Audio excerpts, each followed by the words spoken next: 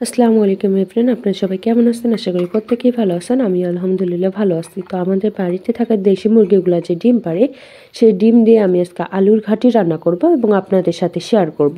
তো ফার্স্টে আমি ডিমগুলোকে সুন্দর করে তুলে নিব। এরপর 3 থেকে 4টা আলুকে আমি 4 ফালি করে কেটে নিব। তো আমি এটা মাঝারি সাইজের আলু নিয়েছিলাম, আপনারা কম বেশি করে নিতে পারেন। এরপর আমি পানি দিয়ে দিই কড়াইয়ের ভিতরে এবং সেখানে ধুয়ে রাখা আলুগুলোকে দিয়ে দিই এবং ডিমগুলোকে সুন্দর করে ধুয়ে আমি সিদ্ধ হওয়ার জন্য বসিয়ে দিই। তো এদিকে আমার ডিম আলু সিদ্ধ হইতে থাক। তো আমার বড়ব্বু হচ্ছে মূলা শাক নিয়ে এসেছিলো, সেই শাকগুলোকে সুন্দর করে আমি কেটে নিচ্ছি। তো আপনার চাইলে কিন্তু বটির সাহায্যে কেটে নিতে পারেন।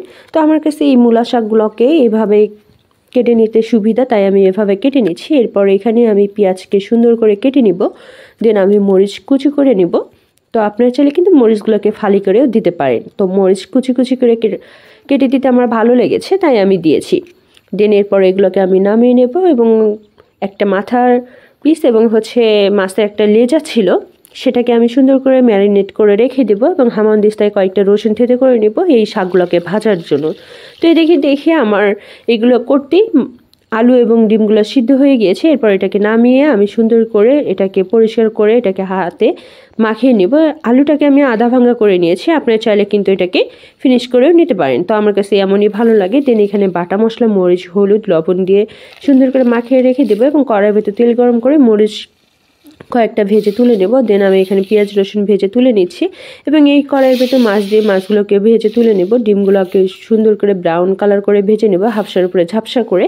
এরপর এখানে আমি পেঁয়াজকে ব্রাউন কালার করে ভেজে দেন আমি যে আলুর ঘাটিটা রেখে দিয়েছিলাম সেটাকে এখানে দিয়ে দেব এবং এটাকে আমি কষাতে থাকবো। এটা যখন আমার কষে যাবে তখন এখানে আমি ঝোল দিয়ে দেব এবং ঝোল যখন বলক চলে আসবে তখন আমি এখানে ডিমগুলোকে দিয়ে শেষে আমি নামানোর আগে এখানে কিন্তু ধনিয়ার পাতা উপরে দিয়ে এটাকে নামিয়ে নেব। এরপর আমি যে মরিচ পেঁয়াজগুলোকে ভেজে রেখেছিলাম সেগুলোকে ভালো করে পিষে নেব এবং এখানে ভেজে রাখা মাছগুলোকে দিয়ে মাছগুলো কাটাগুলোকে বেছে তুলে নিব। আপনার চাইলে ছোটো মাছও দিতে পারেন, যে কোনো মাছ দিতে পারেন।